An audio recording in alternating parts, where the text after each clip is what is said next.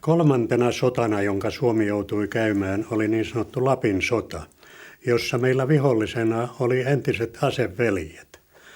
Ja miten tällaiseen tilanteeseen jouduttiin?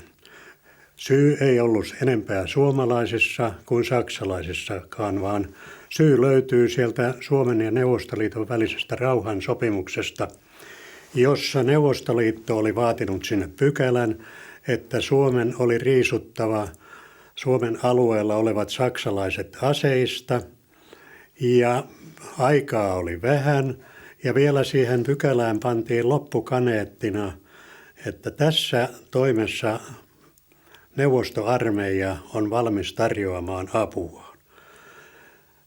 Ja näin oli tultu siihen tilanteeseen, että siinä ei ollut mitään muuta mahdollisuutta kuin ryhtyä taistelemaan, koska Suomen alueella 3 paikkakunnalla oli Neuvostoliiton armeijan yksiköt liipasimella odottamassa sitä hetkeä, että he saisivat puuttua asiaan. Ja jos niin olisi käynyt, niin seurauksena olisi ollut Suomen miehitys. Pursuant to the terms of the armistice, Finland was to begin disarming the remaining German troops on the 15th of September 1944. The Soviet government would provide assistance. On the 15th of September, the Germans tried to take the island of Suursaari. They failed. Apart from this episode, they peacefully withdrew from southern Finland by the due date. In northern Finland, the Germans had some 214,000 troops and vast amounts of military equipment. Hence, they were in no position to withdraw quickly from there. On the 11th of September, Finnish headquarters secretly negotiated with the Germans in the city of Rovaniemi. The purpose was to agree on a war in which there would be no battles, a pretend war, so to speak.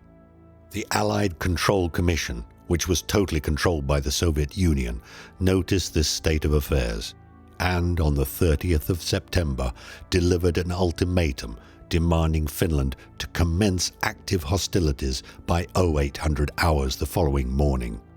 Once again, Finland was threatened with Soviet occupation.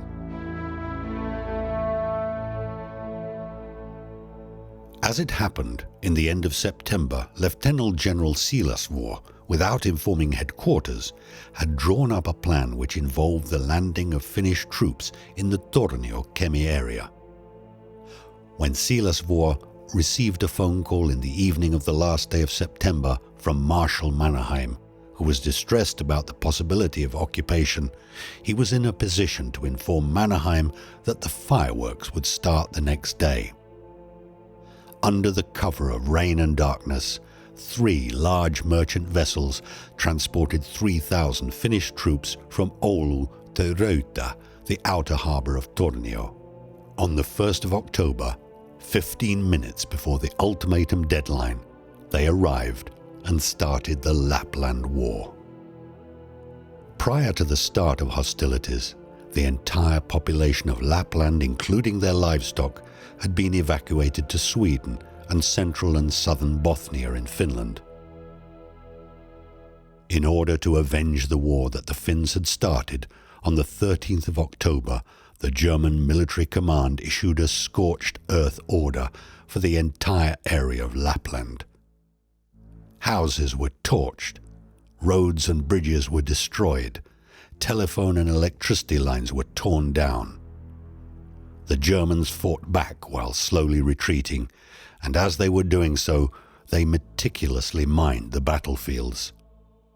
Finally, on the 27th of April 1945, the Finnish flag was raised at the 3 border point between Finland, Sweden and Norway as the signal that the war had ended. Approximately 1,000 Finns perished and 2,900 were wounded in the Lapland War. German casualties included 500 dead and 3,000 wounded.